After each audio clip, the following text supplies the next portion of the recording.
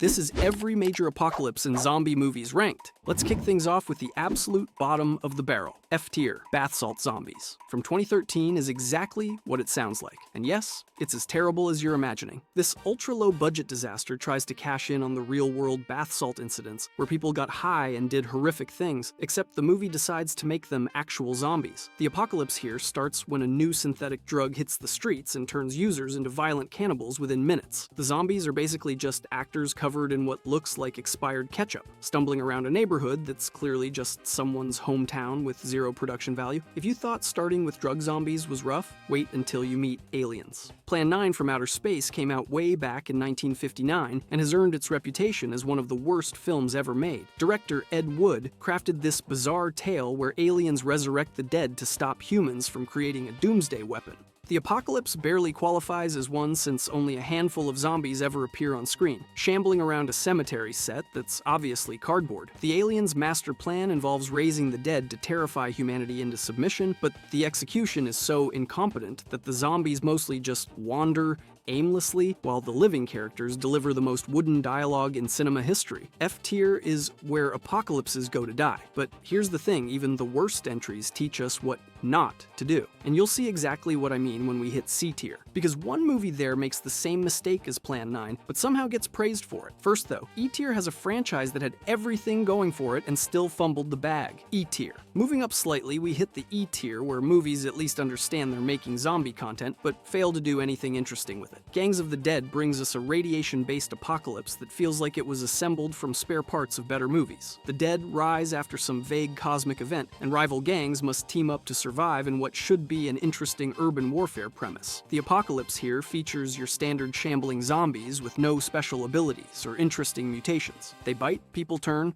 rinse and repeat for 90 forgettable minutes. The gang warfare angle gets dropped almost immediately in favor of generic survival scenarios we've seen 1,000 times. What puts this in E tier, instead of F, is that it's technically competent. The zombies look like zombies, the blood effects are adequate, and the actors can mostly deliver their lines without making you cringe. But competence without creativity is just boring, and boring might be worse than terrible because at least terrible is memorable. The Resident Evil movie franchise deserves mention here because despite massive budgets and star power, the apocalypse itself becomes increasingly generic as the series progresses. The T-virus outbreak starts promisingly in the first film, with Umbrella Corporation's underground lab going into lockdown after a bioweapon breach. The Red Queen AI kills everyone, the virus spreads, and we get legitimately creepy moments in those sterile corridors. But then the movies just keep going and the apocalypse loses all coherence. Sure, we see ruined cities and desert wastelands, but they're just backdrops for Alice to do slow-motion kicks and spout one-liners. Cell from 2016 gives us Stephen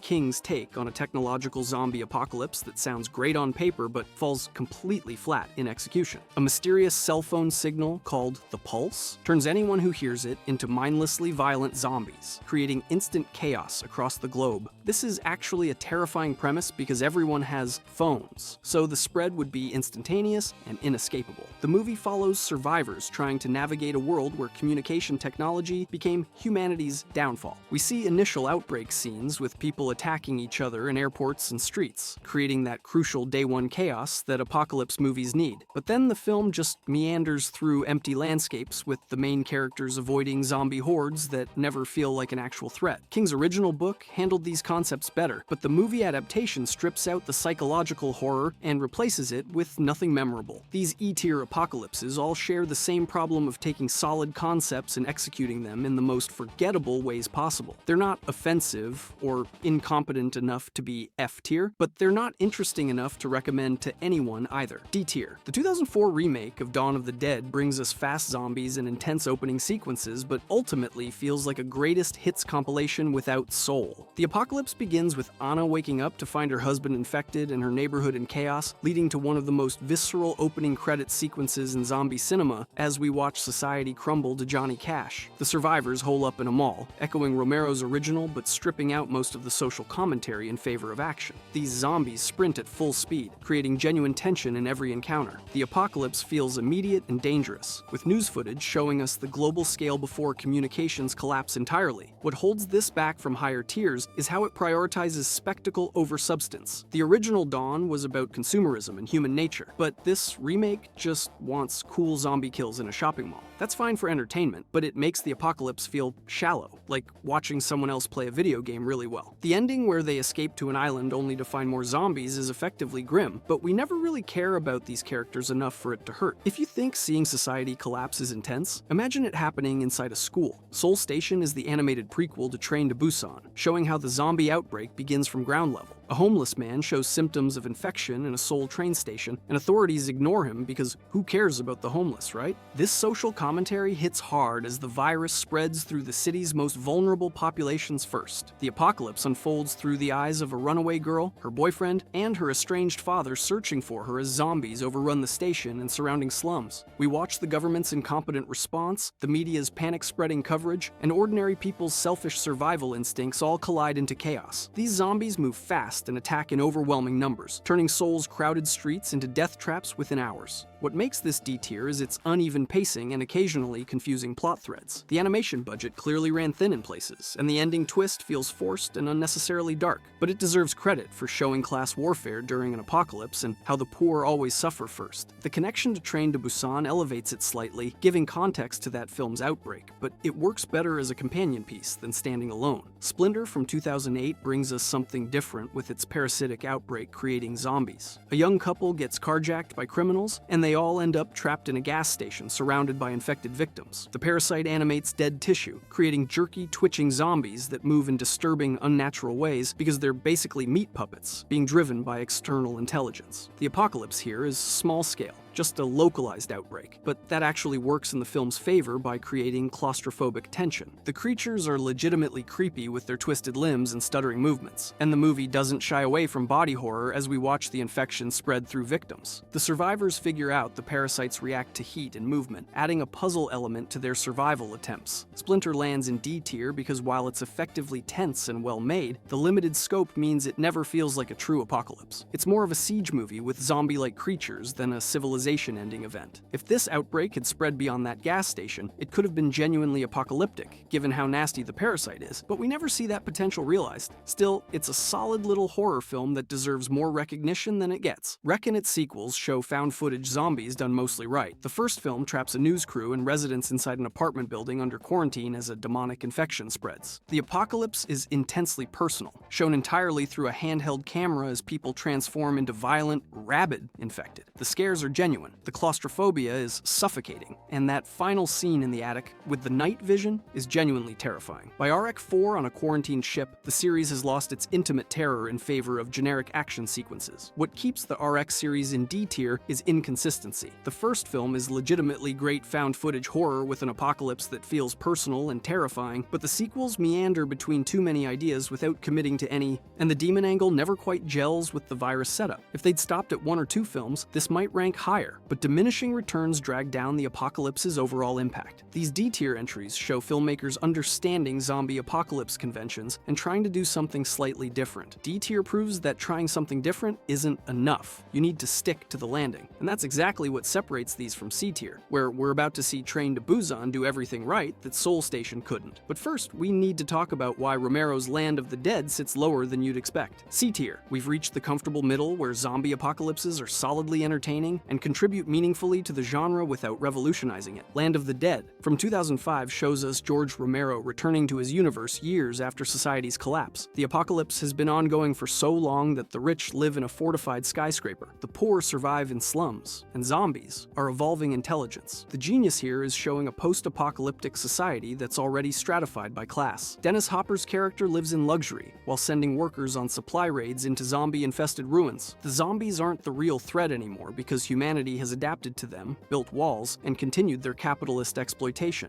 Then Big Daddy, a zombie gas station attendant, starts learning and leading other zombies in organized attacks. Watching zombies use tools and communicate is genuinely unsettling because it flips the power dynamic we expect. What makes this C tier is that while the ideas are strong, the execution feels like a step down from Romero's earlier masterpieces. The apocalypse here works because it grounds everything in recognizable human behavior. We see the government lying about the outbreak's severity, the military abandoning abandoning civilians, and people's worst instincts emerging under pressure. When they finally reach Busan only to find it's also fallen, the devastation hits hard. The ending with the daughter singing to soldiers is heartbreaking, precisely because we've watched her lose everything to an apocalypse that didn't have to be this bad if people had been better. Zombie 2 from 1979 gives us Italian exploitation at its finest, with a zombie apocalypse rooted in voodoo on a Caribbean island. A derelict boat drifts into New York Harbor with a zombie on board, leading investigators to an island where a doctor's experiments have awoken the dead. These zombies are rotting, worm-eaten corpses that rise from their graves, and the movie doesn't skimp on the disgusting details. The apocalypse spreads from the island back to New York in a grimly effective ending where we see zombies walking across the Brooklyn Bridge. What makes Zombie 2 memorable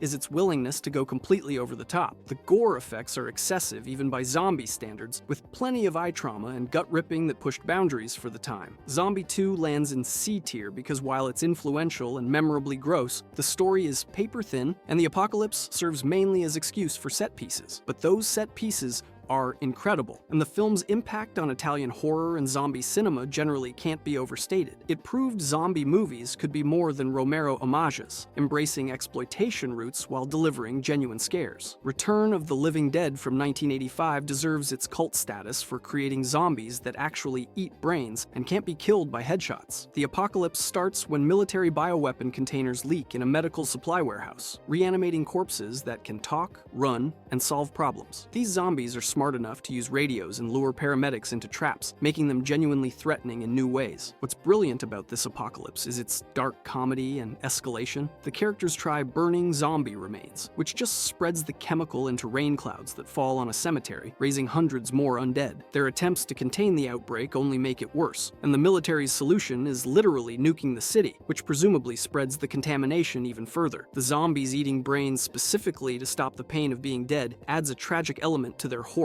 Return of the Living Dead sits comfortably in C tier because it balances humor and horror while establishing new zombie rules. The apocalypse feels inevitable and unstoppable, with every solution creating worse problems. It's influential enough that brains became the standard zombie cry, and its punk rock aesthetic still holds up. The Crazies from 2010 brings us government-created horror as a biological weapon contaminates a small town's water supply. The infected don't become traditional zombies, but instead turn into violent psychopaths who retain some intelligence, making them unpredictable and terrifying. The military quarantines the entire town, shooting anyone trying to escape whether infected or not, creating a dual threat of disease and authoritarian response. The apocalypse here is intensely paranoid because you can't tell who's infected until they snap an attack. The main characters must escape both the Crazies and the military, while questioning whether they're already infected themselves. The government's willingness to massacre civilians to contain the outbreak feels horrifyingly plausible. What keeps the Crazies in C tier is how it executes familiar ideas competently without transcending them. It's a solid paranoid thriller with an effective apocalypse scenario, but it doesn't add enough new ideas to push higher. The ending implies the outbreak spreads to other towns, suggesting the apocalypse can't be contained, which is appropriately bleak.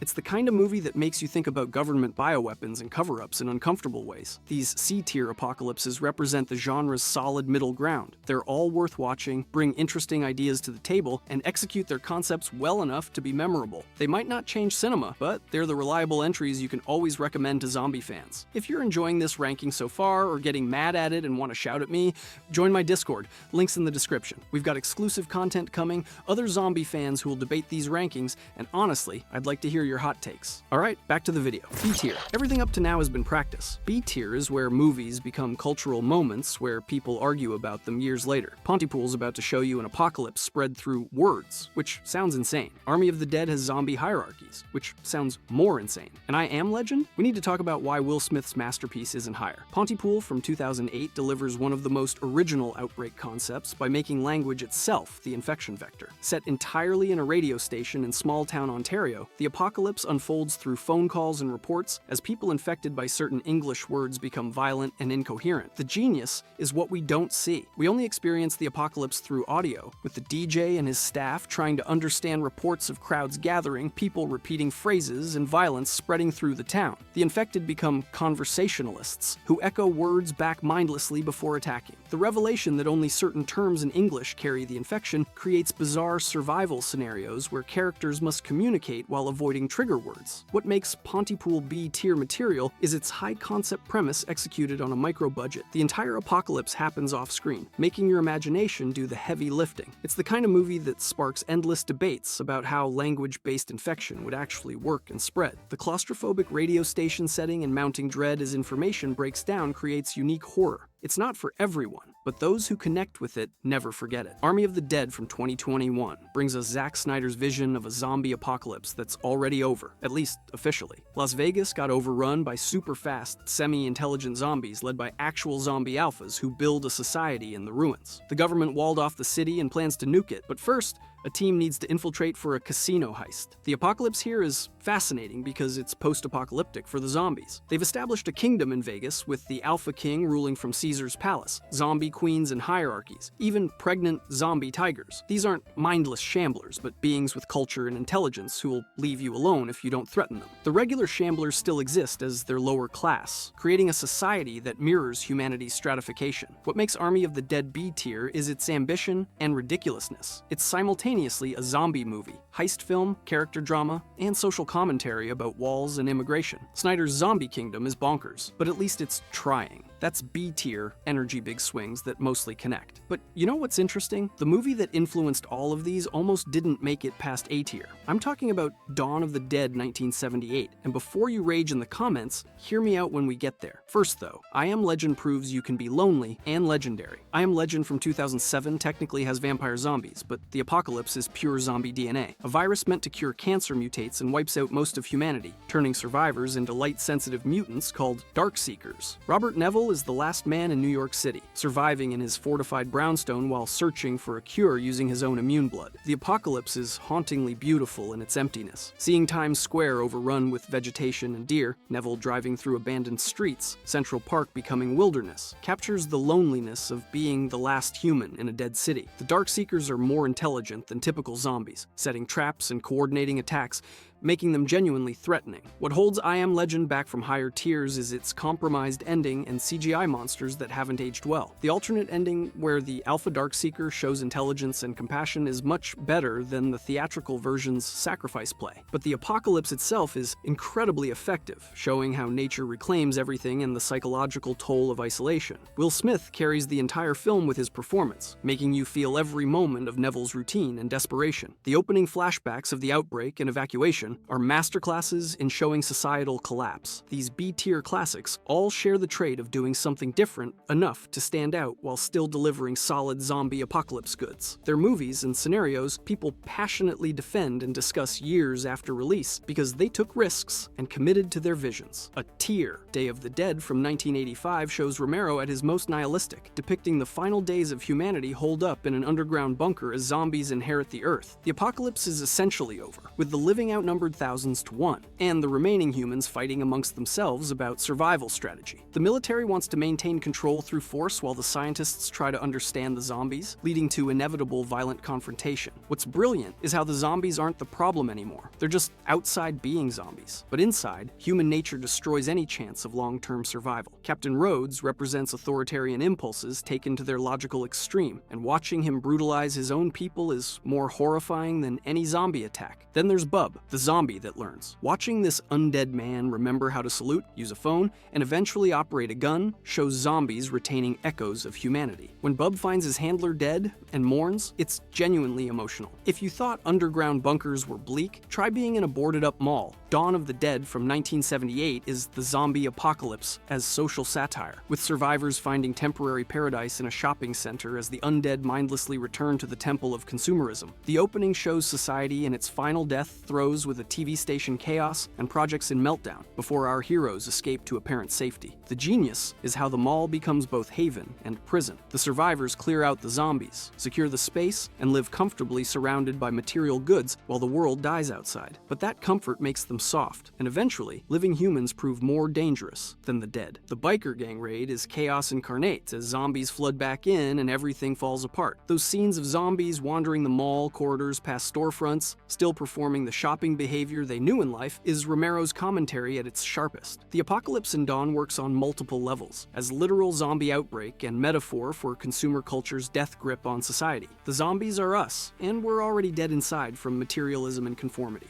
The gray makeup and blank expressions make them look disturbingly human. It's slower paced than modern zombie films, but builds incredible atmosphere and dread. Zombieland from 2009 proves zombie apocalypses can be fun without losing their bite. Columbus narrates his survival in a world where mad cow disease mutated into a zombie virus that wiped out most of humanity. He lives by rigid rules like cardio, double tap, and beware of bathrooms that keep him alive while everyone else died. Meeting Tallahassee, a Twinkie-obsessed zombie killer, and sisters Wichita and Little Rock creates a makeshift family. The apocalypse here is playground and tragedy. We see it through Columbus's cynical optimism as they road trip through abandoned America, finding joy in destruction. What makes Zombieland a tear is balancing genuine emotion with comedy. The climax at Pacific Playland, with the carnival lights and rides activated, attracting hordes of zombies, is visually stunning and tense despite the humorous tone. Columbus overcoming his fears to save Wichita. Tallahassee finally letting himself care about people again. These character arcs work because the apocalypse forced them into situations where change or death were the only options. The rules becoming actual on-screen graphics is a brilliant integration of narration and visuals. It's endlessly rewatchable comfort food that never gets old. Zombieland proves comedy, and horror aren't opposites, they're cousins. And that's why it sits next to Romero's bleakest work without feeling out of place. But here's the thing nobody talks about. World War Z's Apocalypse is more terrifying than most serious zombie movies, and it does it with PG-13 rating. That Israeli wall scene alone, we'll get there, but first, White Zombie in 1932 did something none of these other movies could. World War Z, the movie, is nothing like the book, but the apocalypse it presents is absolutely spectacular. The infection spreads globally in days with zombies that transform in seconds and move in massive swarms, exhibiting herd intelligence. That scene in Philadelphia where people transform almost instantly and start biting everyone, creating cascading waves of infection through city streets, is apocalypse cinema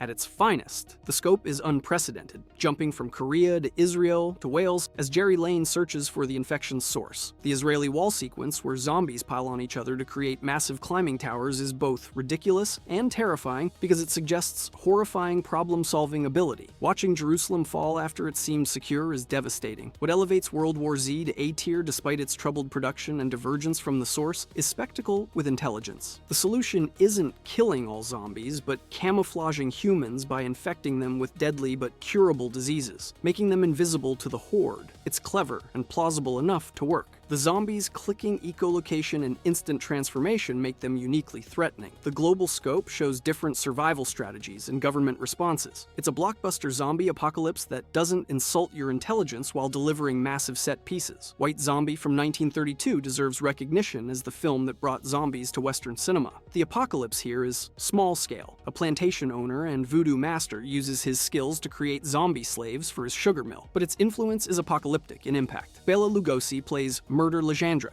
the Bokor who controls the undead through dark magic and potions. The zombies are blank-faced workers driven past death, still toiling in fields and factories. There's horror in their expressionless faces and mechanical movements, stripped of humanity and will. White Zombie's apocalypse is slavery literalized, with actual dead humans kept working for their master's profit. The social commentary might be accidental, but it's present and powerful. This film established zombies in popular consciousness and set templates that would echo for decades. Without White Zombie, there's no Romero revolution, no modern zombie media. It's A tier for starting a genre from folklore and making it into cinema. These A tier apocalypses represent zombie media at its best, combining spectacle with substance, entertainment with commentary, and pushing the genre forward while respecting what came before. S tier. This is it, S tier. The three apocalypses that built everything else. And if you've been keeping track, you know what's coming. 28 Days Later, Night of the Living Dead, and Shaun of the Dead. 3 movies, 3 completely different approaches. One thing in common, they're perfect. Let me tell you why fast zombies changed everything, even though purists still hate them. 28 Days Later from 2002 changed everything by asking, what if zombies could run?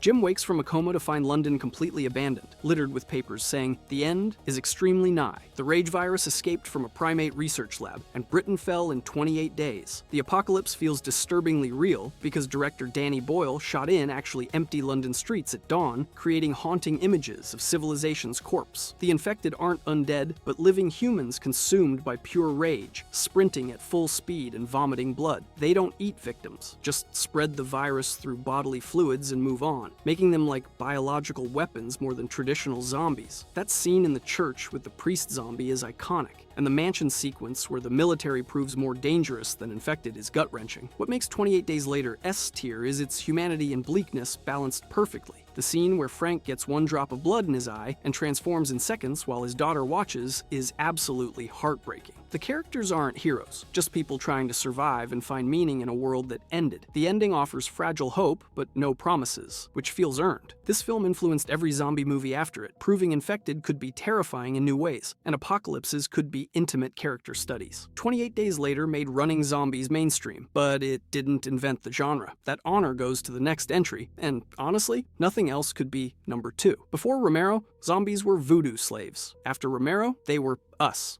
Let me show you the movie that changed everything. Night of the Living Dead from 1968 is the genesis point, the big bang of zombie apocalypse media. George Romero created the template everyone else builds from with his story of strangers trapped in a farmhouse as the recently dead rise to eat the living. The apocalypse begins without explanation, just reports of murder and mayhem escalating into full collapse. What makes this S tier is how much Romero packed into a micro-budget black and white film. The zombies are slow and vulnerable individually, but overwhelming in numbers, establishing horde mechanics. The real horror is how the humans trapped together fight and make terrible decisions that doom themselves. Ben's pragmatic survival instincts conflict with Harry's cowardice, disguised as caution, and everyone pays for it. The ending where Ben survives the night only to be shot by a redneck posse mistaking him for a zombie is devastating and clearly about race in America. Night of the Living Dead created the modern zombie from basically nothing. Before this, zombies were voodoo slaves. Romero made them flesh-eating ghouls and apocalyptic threats. The headshot rule, the bite transmission, the societal collapse all originate here. The film's shoestring budget meant practical effects and genuine locations that make everything feel documentarian. Watching little girl zombie Karen eat her parents still shocks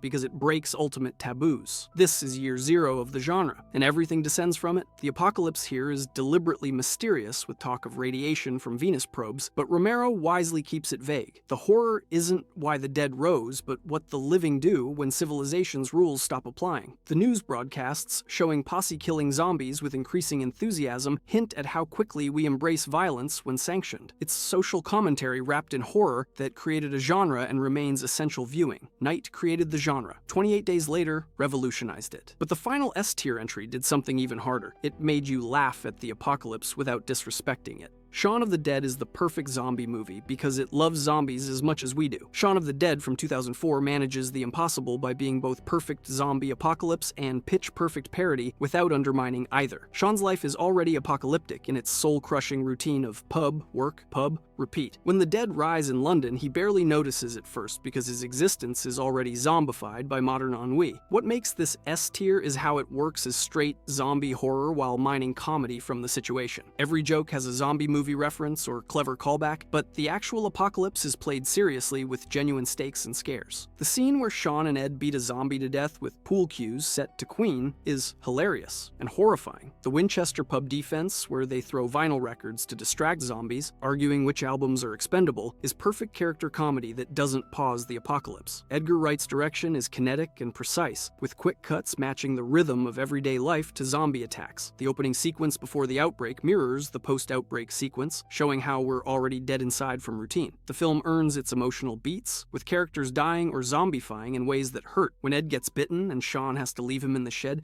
it's genuinely sad, despite the comedy. The ending where society just adapts to zombies, putting them on game shows and chaining them up for entertainment, is brilliant satire. Shaun of the Dead proved zombie apocalypses could be funny without being stupid. It respects the genre completely while gently mocking our obsession with it. It's endlessly quotable, deeply rewatchable, and works on every level it attempts. The apocalypse becomes a backdrop for exploring relationships and growth, with zombies forcing Shaun to finally take control of his life. It influenced every comedy horror hybrid after, and remains the gold standard. If you enjoyed this ranking and want to see the 7 levels of zombie TV shows, click the video on the screen.